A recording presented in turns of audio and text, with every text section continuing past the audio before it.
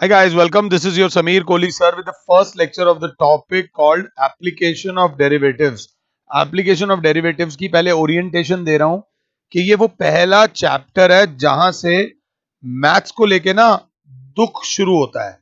आमतौर पे सेशन जब नॉर्मल स्कूल के चल रहे होते हैं तो ये जून जुलाई में ट्यूशंस में शुरू होता है और तब स्कूल्स में एग्जाम्स चल रहे होते हैं और बच्चा जो क्या कर रहा होता है, बच्चा स्कूल के एग्जाम्स के चक्कर में छुट्टियां मार लेता है और इस टॉपिक में चला जाता है, गड़बड़ कर जाता है और वो साल भर फिर परेशानी रहती है। इस चैप्टर में देर आर 5 तत्वों का बना हुआ ये चैप्टर है। One is called rate of change, जिसको मैं कहूंगा इजी कैटेगरी, बट इसमें एक बात का ध्यान रखना है। सेकंड इसमें आता है इंक्रीजिंग एंड डिक्रीजिंग। इसमें अलग अलग टॉपिक्स आएंगे, ध्यान से बता दूं। इसमें स्टार मार लेना कि आपके कंसेप्ट सही लेके चलना। जो पीछे कंटिन्यूटी एंड डिफरेंशियबिलिटी में पड़ा है, बेसिकली एप्लीकेशन ऑफ डेरिवेटिव्स का मतलब है कि जो डिफरेंशिएशन में सीखा है उसको अब अप्लाई करो। उसको बंदा कहता है ना यार डिफरेंशिएशन का फायदा क्या है, तो डिफरेंशिएशन का फायदा यहां पर आएगा। फिर एक टॉपिक आएगा टेंजेंट्स एंड नॉर्मल्स। थोड़ा सा लास्ट ईयर का थोड़ा सा स्ट्रेट लाइंस पढ़ लेना, थोड़ा सा, ज्यादा नहीं। स्ट्रेट लाइंस पढ़ा होगा तो बहुत फायदा होगा। Tangents and normal. फिर एक टॉपिक आता है अपना, इसमें जो बहुत इंपॉर्टेंट है दैट इज ये इजी वाला है, अप्रोक्सीमेशन। अप्रोक्सीमेशन इसमें आपको इजी है, मार्क्स देगा। कुछ नहीं, सीधा सीधा एक टॉपिक इसमें ऐसे वाला है जो सीधा सीधा आपको मार्क्स दे देगा। और इसका जो सबसे ज्यादा खतरनाक टॉपिक होता है वो होता है मैक्सिमा एंड मिनिमा। मैं आपको अपनी तरफ से तैयार करा सकता हूं, अगर मेरी बात मानोगे तो जिंदगी आसान भी हो जाएगी। ये और ये के लिए आपको फॉर्मूलाज याद होने चाहिए। फॉर्मूलाज कौन से? वो वॉल्यूम वाले, एरियाज वाले, वॉल्यूम वाले, जो 9th और 10th में पढ़े थे। अगर आपको रेट ऑफ चेंज और मैक्सिमा मिनिमा में पकड़ बनानी है तो आपके कंसेप्ट यहां पे अच्छे होने चाहिए। इंक्रीजिंग डिक्रीजिंग में अगर पकड़ अच्छी बनानी है तो आपको फंक्शंस, उनकी डोमेन और थोड़ा बहुत उनकी रेंज के बारे में पता होना चाहिए। थोड़ा बहुत अगर पता होगा तो सही रहेगा। हल्का सा मैक्सिमा मिनिमा को भी यहां पे जरूरत पड़ती है। टेंजेंट एंड नॉर्मल एक इंडिपेंडेंट टॉपिक है जो कि स्ट्रेट लाइन से कनेक्टेड है, और अप्रोक्सीमेशन का किसी से कोई मतलब नहीं। Approximation is very easy. अब फॉर्मूलाज वगैरह की जहां तक बात आती है, पहले वो समझो। जैसे कि आपसे कोई बोलता है व्हाट इज, अगर यहां पे लिखा गया स्क्वायर, तो स्क्वायर को लेकर जितने फॉर्मूलाज याद होंगे आपको फायदा होगा। एक होता है उसका एरिया, एक होता है उसका पेरीमीटर, एक होता है उसका डायगोनल, और एक होता है उसका बस, दैट्स इट। अब स्क्वायर के बारे में आप क्या जानते हो? A square is a side, a quadrilateral of 4 sides in which each angle is of 90 degree and all the sides are equal. एक स्क्वायर की सारी साइड्स मेरे बच्चों इक्वल होती हैं। और एक और बात, स्क्वायर की खास बात है कि उसका डायगोनल भी इक्वल्स होते हैं और diagonals bisect each other at 90। अब पॉइंट क्या है, ये 12th का मैथ्स है, बट 12th तक जितना मैथ्स पढ़ा है, जिन्होंने 12th तक काफी मेहनत करी है, उनको फायदा होने वाला है। ये बात याद रख लेना। तो कंसेप्ट, अब एरिया ऑफ स्क्वायर होता है side into side, perimeter of square होता है 4 into side, diagonal of a square होता है √2 इंटू साइड। ये बेसिक फॉर्मूलाज हैं जो आपको याद होने चाहिए। एरिया ऑफ स्क्वायर का एक और फॉर्मूला होता है हाफ इंटू डी स्क्वायर। ये मैं आपको अपनी तरफ से थोड़ा सा एक्स्ट्रा फ्री में करा रहा हूं। तो ये हमारी बातचीत है स्क्वायर को लेके। उसके बाद आती है बात रेक्टेंगल की, जो काम आएगा। Rectangle is a 4 sided figure, all angles are equal to 90 degree. इसमें लेंथ होती है, इसे ब्रेड्थ या विड्थ बोलते हैं। इसका भी एक डायगोनल होता है। रेक्टेंगल का एरिया, पेरीमीटर, डायगोनल, तीनों फॉर्मूलाज मुझसे पहले आपको पता होने चाहिए, इजी फॉर्मूलाज हैं। एरिया ऑफ रेक्टेंगल होता है L into B, perimeter of rectangle होता है 2 times L plus B, diagonal of rectangle होता है, पूरा प्रॉपरली लिखना, अंडर रूट में L square plus B square. Diagonal of rectangle होता है। अगला होता है रोम्बस, जिसमें चारों साइड्स इक्वल होती हैं, जिसके डायगोनल्स इक्वल नहीं होते बट जिसके डायगोनल्स एक दूसरे को बाइसेक्ट करते हैं 90 डिग्री पे, ये D2, इसका एरिया का फॉर्मूला होता है, इसका पेरीमीटर का फॉर्मूला होता है, इसका डायगोनल का फॉर्मूला नहीं होता, इसका साइड का फॉर्मूला होता है। इसका एरिया होता है half into D1 into D2, perimeter का फॉर्मूला होता है 4 इंटू साइड, और साइड निकालने का फॉर्मूला होता है हाफ अंडर रूट में D1 square plus D2 square, under root में D1 square plus D2 square. अगर बात करना चाहो तो ये भी कर सकते हो कि एक ट्राइंगल का एरिया निकाल दो और उसे 2 से मल्टीप्लाई कर दो। ये ध्यान भी रखना, कोई भी एक ट्राइंगल का एरिया निकाल दो सिंगल डायगोनल लेकर, तो उसको 2 से मल्टीप्लाई कर दो। This is what we know about rhombus. मैं ऊपर ऊपर से करा रहा हूं, एक आधी फिगर में छोड़कर भी चलूंगा। दिस इज आवर लवली बेटा circle with centre O and radius R. This is our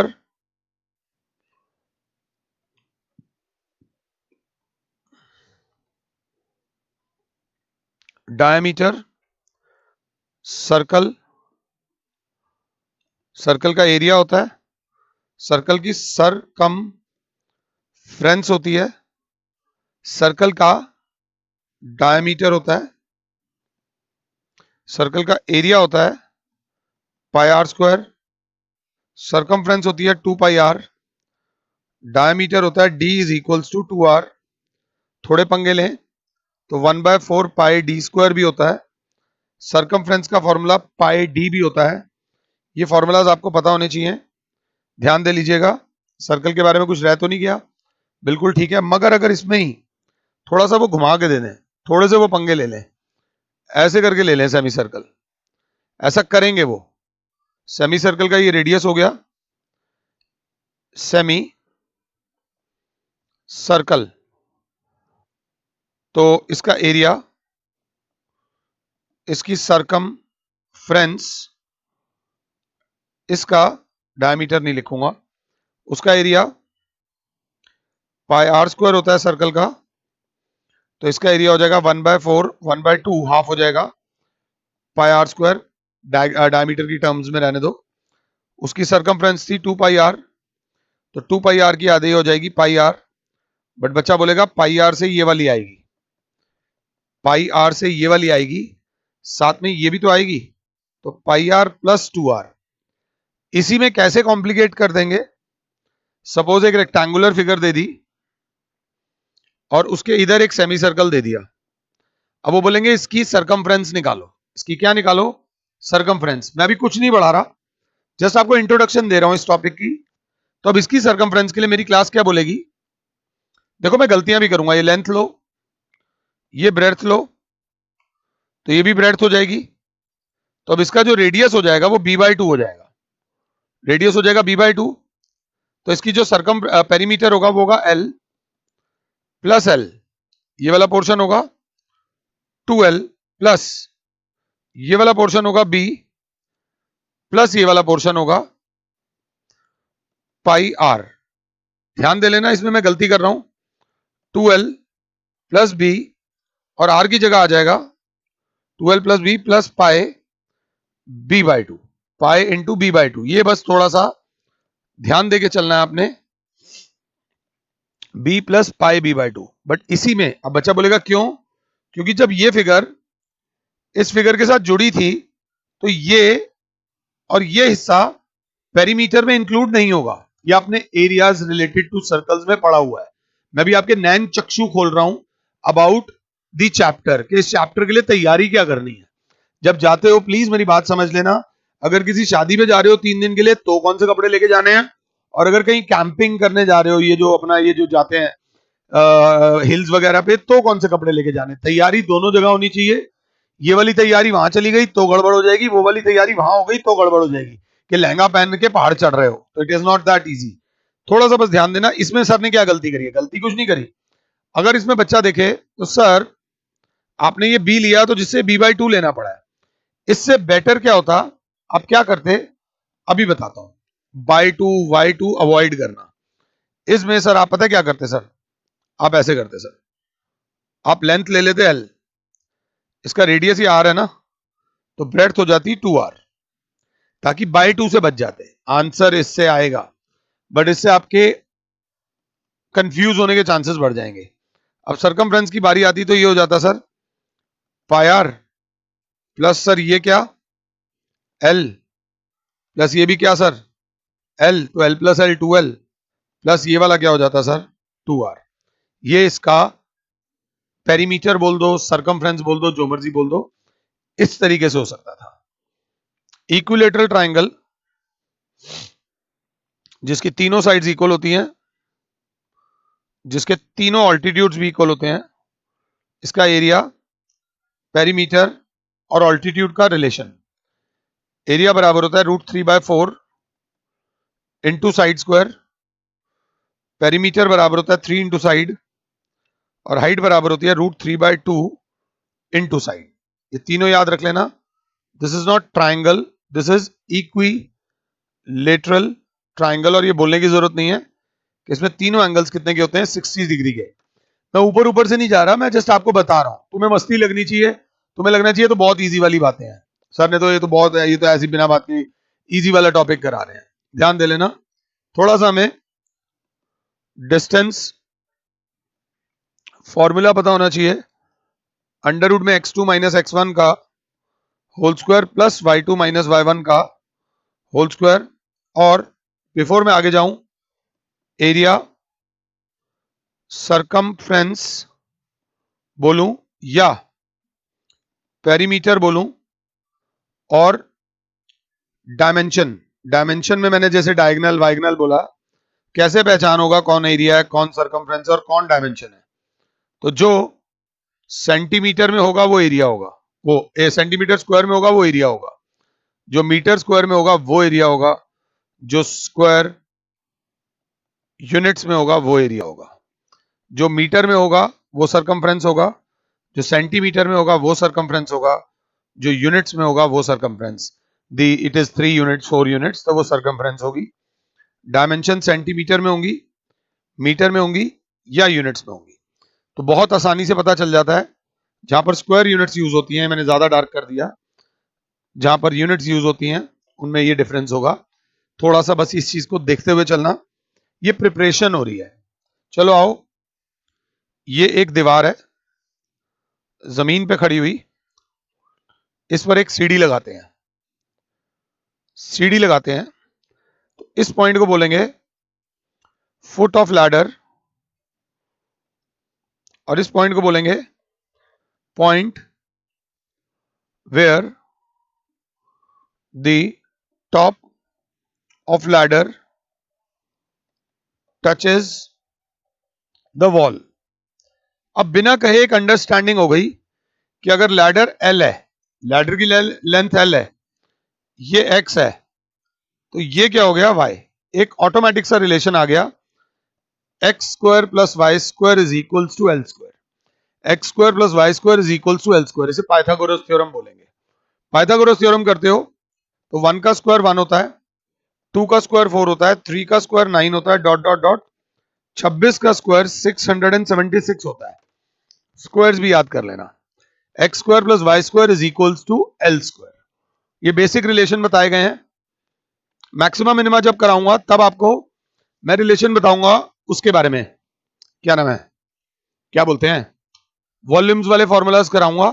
but फिलहाल इस चैप्टर की शुरुआत जो करते हैं that is rate of change. दुनिया का सबसे आसान टॉपिक है, बस हमें क्या याद होने चाहिए, फॉर्मूलाज। थोड़े बहुत मैंने याद दिला दिए, अगर किसी को प्रेशर है तो एक बार रिवाइंड करके देख ले दोबारा से। अब ऐसे ही पंगे ले रहा हूं, मैंने लिखा एरिया ऑफ सर्कल, तो बच्चे ने बोला पाई इंटू रेडियस का होल स्क्वायर। सर आप भी लिख रहे हो ना, हम भी पंगे ले रहे हैं। तो area is equals to pi R square. अब एक बात बोलना चाह रहा हूं मैं आपको, इस रिलेशन से मेरा कोई मतलब नहीं है, आपका भी कोई मतलब नहीं है, ना आप सर्कल हो ना मैं सर्कल हूं। इस रिलेशन में, इस एक्सप्रेशन में दो बंदों का आपस में रिलेशन है, एरिया और रेडियस का। Pi is a constant, if A changes then R changes, ये बात सही है या गलत है? अगर एरिया बढ़ेगा तो रेडियस बढ़ेगा या कम होगा? ईमानदारी से बताओ। एरिया बढ़ रहा है मतलब रेडियस बढ़ रहा है, एरिया कम हो रहा है तो रेडियस कम हो रहा है। बच्चे ने कहा ट्रू। मींस इस एक्सप्रेशन में एरिया डिपेंड्स अपॉन रेडियस। तो बच्चा बोलेगा if R changes then A changes, ऐसे तो ये भी हो जाएगा। ट्रू या नहीं? अगर रेडियस बढ़ रहा है तो एरिया बढ़ेगा, रेडियस कम हो रहा है तो एरिया कम होगा। As simple as that. बच्चा बोलेगा ये बात भी समझ आ गई। अब इसमें एक और फैक्टर आएगा बेटा, जो मैं अभी आपको बताता हूं, उसको ध्यान से सुन लेना। अगर हर सेकंड एरिया बढ़ रहा है, हर सेकंड मतलब हर मोमेंट अगर एरिया बढ़ रहा है तो क्या रेडियस बढ़ेगा? अगर हर सेकंड एरिया बढ़ रहा है तो क्या रेडियस बढ़ेगा? एरिया बढ़ रहा है, हाँ रेडियस बढ़ेगा। अगर हर सेकंड एरिया कम हो रहा है तो क्या रेडियस कम होगा? हाँ। तो मींस एक और फैक्टर आ गया अब हमारी जिंदगी में। If A changes with time then R also changes with time. बेटा बहुत सारे फैक्टर्स ऐसे होते हैं जिंदगी में जो कि टाइम पे डिपेंड करते हैं। कुछ टाइम बाद मैं और बूढ़ा हो जाऊंगा, कुछ टाइम बाद तुम और जवान हो जाओगे, कुछ टाइम बाद मैं और बूढ़ा हो जाऊंगा, कुछ टाइम बाद तुम और जवान हो जाओगे, उसके बाद मैं और बूढ़ा हो जाऊंगा, तुम भी बुढ़ापे की तरफ आओगे। So everything depends upon time. There are so many things जिन पर टाइम का असर होता है। अब let's get back to normal. ये जो तीन लाइनें हैं, इन तीन लाइनों का बड़ा मतलब है। मैंने बोला we can differentiate it with respect to a, we can differentiate it with respect to a। तो dA by dA is equals to पाई बाहर d by dA of r square। dA by dA differentiation के 32 लेक्चरों में बता दिया भैया। 1 होता है पाई इंटू आर स्क्वायर का होगा 2 इंटू आर की power 2 minus 1 into D R by D A. तो 1 is equals to 2 pi R into D R by D A. तो बच्चा बोलेगा D R by D A बराबर हो गया 1 upon 2 pi R. 1 upon 2 pi R का मतलब हो गया चेंज इन रेडियस। जो डी आर होता है, जो आर होता है वो रेडियस होता है, ये हमने पढ़ा हुआ है। जो डी आर होता है वो होता है चेंज इन रेडियस, ये बात याद रख लेना। Change in radius with respect to area, ये याद रख लेना। Change in radius with respect to area. तो D R by D A बराबर हो गया 1 अपॉन 2 पाई आर। थोड़ी सी इसकी यूनिट देखना, जो डी आर होगा वो सेंटीमीटर में होगा और जो एरिया होगा वो सेंटीमीटर स्क्वायर में होगा। तो इसकी यूनिट होगी सेंटीमीटर स्क्वायर, मीटर पर मीटर स्क्वायर या यूनिट पर यूनिट स्क्वायर। थोड़ा सा यूनिट पे ध्यान इसलिए दे रहा हूं कि कहीं एग्जाम में कहीं फंस जाओ और नहीं ध्यान हो तो ये आराम से। अब आपने क्या करा सर, आपने हमें एक रिलेशन दे दिया a is equals to pi R square. A R पे डिपेंड करता है, आर ए पे डिपेंड करता है। तो एक और देखो दोबारा मेरे पास, फिर मैंने लिखा a is equals to pi R square. तो मैं बच्चे ने बोला सर हम इसको differentiating both sides with respect to A भी तो कर सकते हैं। ए तो आपने कर दिया sir, with respect to R भी तो कर सकते हैं। तो लो D A by D R बराबर pi into D by D R of R square. D A by D R बराबर पाए इंटू 2 आर की power 2 minus 1 into D by D R of R. तो D A by D R बराबर आ गया 2 pi R. D A by D R बराबर आ गया 2 pi are.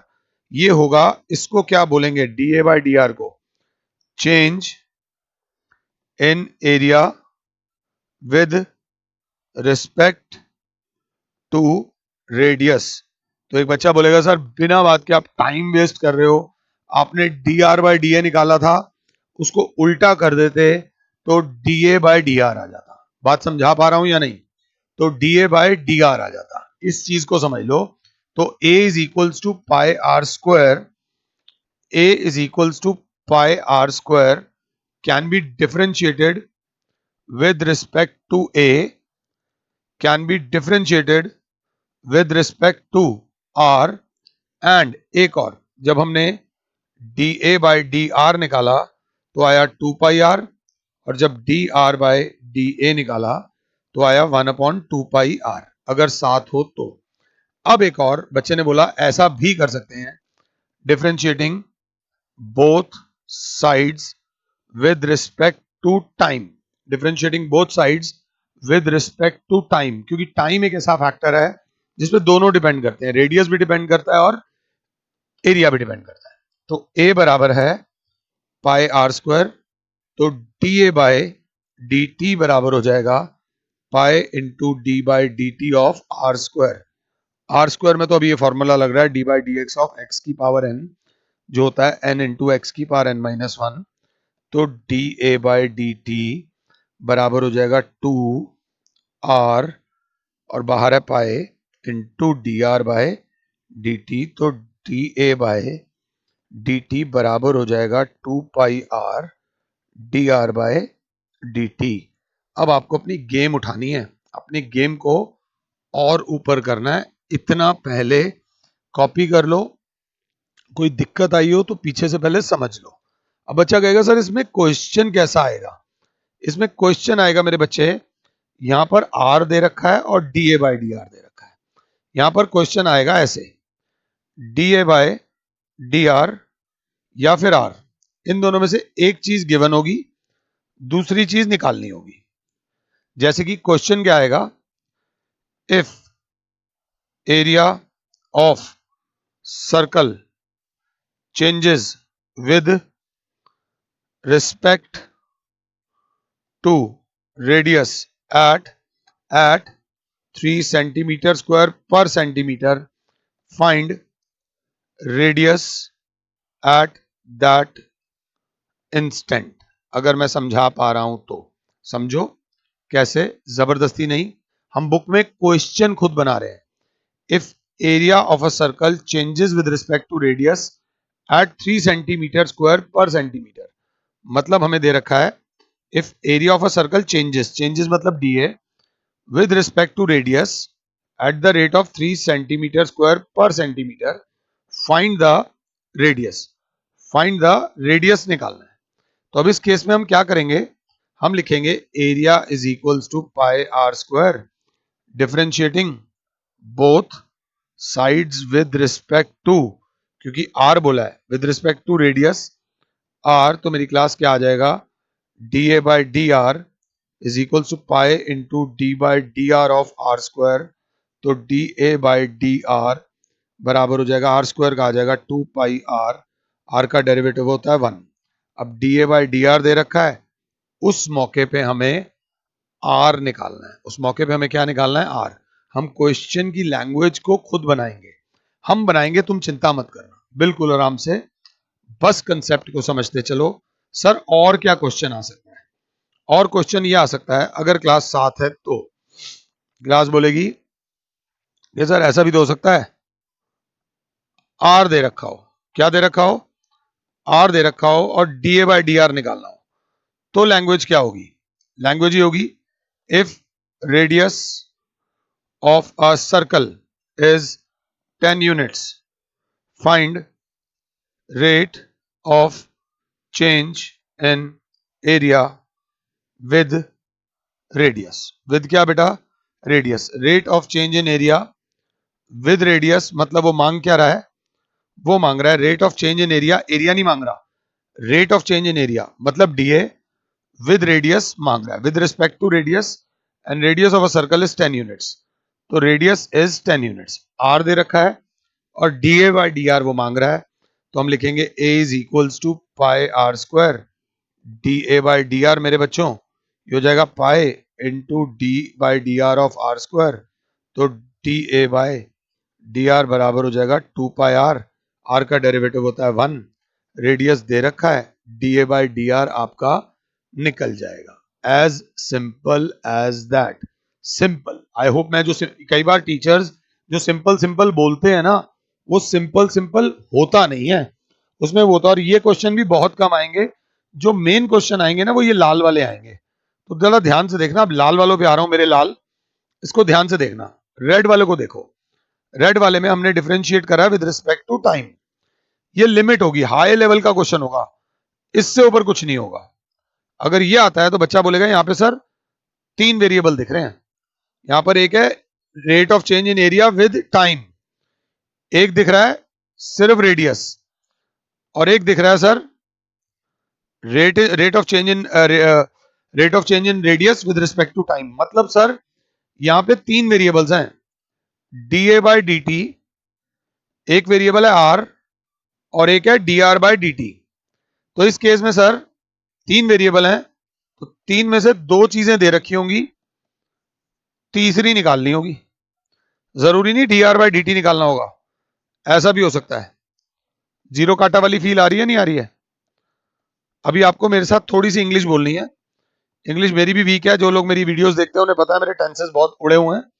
ध्यान से, सबसे पहले हम पहली स्टेटमेंट पढ़ेंगे। पहली स्टेटमेंट में हमें dr/dt निकालना है, तो अब समझना। और दिया क्या हुआ है, dA/dt। तो पहली स्टेटमेंट में हम लिखेंगे if area of a circle is increasing at 10 centimetre square per second, find the rate of change in radius with respect to time at an instant when radius is 4। अगर ये समझ आ गया ना तो बल्ले बल्ले हो गई। फिर इसकी language, if area of a circle is increasing at 10 centimeter square per second and radius is increasing at 3 centimeter per second, find the radius at that point of time। इसमें लैंग्वेज क्या बोलेंगे, if the radius of a circle is 10 units and it is increasing at the rate of 1 centimeter per second, find the rate of change in area with respect to time। Language समझ आ रही है या नहीं आ रही है? Question में यही पूछा जाएगा। अगर स्क्वायर की बात करूं तो स्क्वायर का एरिया होता है, स्क्वायर का एरिया होता है साइड स्क्वायर। तो बच्चा बोलेगा स्क्वायर का एरिया होता है साइड स्क्वायर, तो this can be differentiated with respect to A. तो d/dA of a is equals to d/dA of s square, ये तो हो गया 1, तो 1 बराबर आ जाएगा 2s ds/dA। तो ds/dA बराबर हो जाएगा 1/2s। ds/dA बराबर हो जाएगा 1/2s means change in side with area. With respect to area की जगह शॉर्ट फॉर्म बोल रहा हूं, with area, change in side with area. अब टाइम वेस्ट नहीं करेंगे, अगर ds/dA ये है तो dA/ds इसका ऑपोजिट हो जाएगा, it will be 2s। Change in area with respect to side, change in area with respect to side. और सर इस क्वेश्चन को हम डिफरेंशिएट कर सकते हैं विद रिस्पेक्ट टू टाइम। सबसे ज्यादा जो आएगा वो टाइम वाला आएगा, तो dA/dt is equals to d/dt of s square. dA/dt तो आगे हो नहीं सकता, s स्क्वायर का आ जाएगा 2s इंटू ds/dt। आपकी आंखों को ये कैसे दिखना चाहिए, एक वेरिएबल, दूसरा वेरिएबल, ये 2 पे मैंने एक्स्ट्रा हाइलाइटर लगा दिया, और तीसरा वेरिएबल। क्लास बोलेगी इसको पहचानने की यूनिट होगी मीटर स्क्वायर पर सेकंड या फिर सेंटीमीटर स्क्वायर पर सेकंड। ये होगा मीटर में या सेंटीमीटर में, और ये होगा मीटर पर सेकंड या सेंटीमीटर पर सेकंड। तो इसमें भी अगर ध्यान से देखें तो वही 3 आएंगे, dA/dt, s या ds/dt। 2 दे रखे होंगे, तीसरा निकालना होगा। थोड़ी सी इंग्लिश खेलें। अगर मेरी बात समझ आ रही है तो एप्लीकेशन ऑफ डेरिवेटिव्स में दिक्कत नहीं होगी। जो नीचे पहला हाइलाइटर मारा है उसमें एरिया ये दे रखा होगा, if the area of a square is increasing और decreasing at the rate of this at an instant when side is this, find the change in side with respect to time. Second वाले में होगा if side of a square is increasing at this rate, area of a square is increasing at this rate, find the side at that point. एक होगा if the side of a square is this and increasing at the rate of this, find the change in area with respect to time. हाँ, अब बात आती है perimeter of a square is equals to 4s। अब perimeter of a square है तो बच्चा बोलेगा dp बाय ds। आपने s की रिस्पेक्ट में कर दिया तो 4 into D by D S of s जो कि 1 होता है, तो dp बाई ds बराबर हो जाएगा 4, ds बाई dp बराबर हो जाएगा 1/4। ये तो आएगा ही नहीं। इसको अगर विद रिस्पेक्ट टू टाइम करेंगे तो dp बाई dt बराबर होगा 4 टाइम्स ds बाई dt। मेरा एक अच्छा बच्चा बोलेगा कि सर यहाँ पे rate of change in perimeter with time और rate of change in side with respect to time, इसमें साइड की भी जरूरत नहीं है। अगर मैं समझा पा रहा हूं तो ये ना मैं छोटे मोटे टुकड़े लाया हूं, मैं सिर्फ छोटे मोटे टुकड़े लाया। किसके लिए? किसके लिए बताओ? एओडी के लिए। अभी नहीं जा रहा। सपोज करो ये एक दीवार है, इस पर एक 5 मीटर का लैडर लग गया। ए बी सी, और जो लैडर लगा है वो 5 मीटर का लगा है, और नीचे से हमने अपने दोस्त को कह दिया भाई पैर लगा के रखियो, मैं जरा ऊपर किसी से मिलके आ रहा हूं। तो ध्यान देना, दोस्त कैसे होते हैं? ये एक्स है, ये वाई है। दोस्तों का काम होता है लैडर को खींचेंगे इस तरफ, पंगे तो लेंगे ना, डराएंगे तो सही, तो ऑटोमेटिकली लैडर नीचे आ जाएगी, और यहां से मैं उन्हें बड़े अच्छे शब्दों से उनका स्वागत कर रहा हूं। तो अगर ये बढ़ेगा तो ये ऑटोमेटिकली कम होगा। समझ आ रही है बात या नहीं? क्लियर? तो बच्चा बोलेगा इसमें करना क्या है? मैंने कहा इसमें X square plus Y square बराबर होगा 5 स्क्वायर, पाइथागोरस थ्योरम से। अब अगर इसे differentiating both sides with respect to time करेंगे तो 2x dx by D T plus 2y dy by D T बराबर हो जाएगा 0। 2 कॉमन ले लूंगा, x dx by D T plus y dy by D t is equal to 0। ये multiply हो रहा है, उधर जाके divide, x dx by D T plus y dy by D t is equal to 0। इससे बड़ा क्वेश्चन आपके course में नहीं है। एक वेरिएबल, दो वेरिएबल, तीसरा वेरिएबल और चौथा वेरिएबल। अगर सिर्फ x बोलूं तो मेरी क्लास बोलेगी distance of the foot of the ladder from the foot of the wall. अगर y बोलूं तो हाइट ऑफ द वॉल आ जाएगी। dx बाई डी टी बोलूं तो dx बाई डी टी होगा the rate at which the foot, the distance between the foot of the wall and the foot of the ladder is increasing. अगर इधर लेके जा रहा हूं तो, अगर मैं इसको इधर लेके जा रहा हूं, it is the rate of change in the distance between the foot of the ladder and foot of the wall बढ़ेगा तो ये वाला डिस्टेंस ऑटोमेटिकली कम होगा। ये होगा height of the wall is decreasing. अगर नीचे आ रही है तो, ऊपर जाएगा तो height of the wall is increasing. कुछ कराने की कोशिश करी है, कुछ ज्यादा नहीं। फिर एकदम याद आता है राइट सर्कुलर कोन के बारे में, कुछ याद आता है। ये R होता है, ये H होता है, इसके वॉल्यूम का फॉर्मूला होता है 1/3 पाई आर स्क्वायर एच। तो V इसका टोटल सरफेस एरिया भी होता है पाई आर ब्रैकेट में R प्लस L। ये थोड़ा सा याद रख लेना। स्फीयर के बारे में अगर पता हो, दिस इज R, इसका वॉल्यूम होता है 4/3 pi R cube. This is a sphere, this is a right circular cone. और फिगर्स भी आएंगी, सिलेंडर, क्यूब, क्यूबॉइड सब आएंगे, बट अभी धीरे धीरे आएंगे, आराम से करेंगे। इस लेक्चर को फन लेक्चर समझ के 2 बार देख लेना।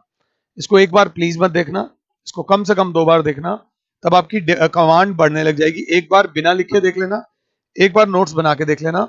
फिलहाल के लिए और Sameer sir is saying you good bye, god bless all, जय माता दी।